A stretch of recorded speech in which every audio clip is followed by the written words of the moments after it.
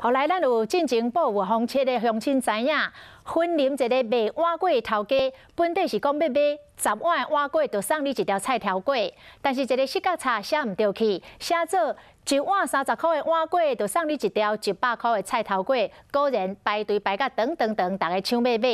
啊，毋过为着要教育查囝来守信用，就算了钱赔钱，这个头家也是照约束送出着300条的这个菜头粿，引发着各界的回响，甚至阁有人不爱买碗粿哦，直接就捐钱互因。这头家是真感谢大家支持，讲毋免甲因寄付啦，这钱因无爱收，伊是要证明互囡仔看讲，靠家己的一双手嘛会当徛起来。这样就很谢谢感恩大家了。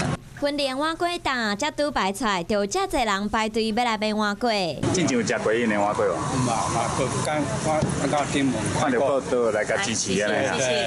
这间档进前因为头家的查某囝甲活动内容写做买1碗30块的碗粿，送100块的菜头粿，后来也是照拼照行。头家讲，就算了钱，嘛要甲查某囝负责任。因查某囝知影厝内生活辛苦，一下课就斗3工做生理，佮照顾发展有较慢的弟弟。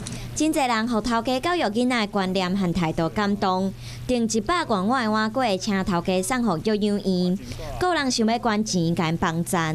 我们可以自己来。哦，对，很感恩，谢谢。来跟我们买碗粿，我们就很感谢。OK。捐钱就不用了，谢谢。谢谢你们的帮忙，大家不要捐钱，来买碗粿就好。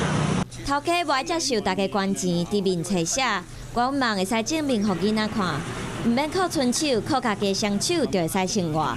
对小孩子的承诺啊，所以你觉得？所以就是这人哦很有信用啊，他应该做出来品质应该是很好才对的。人家靠卖碗粿来过生活，无真好行。毋过头家相信，靠家己拍拼嘛会使过好日子。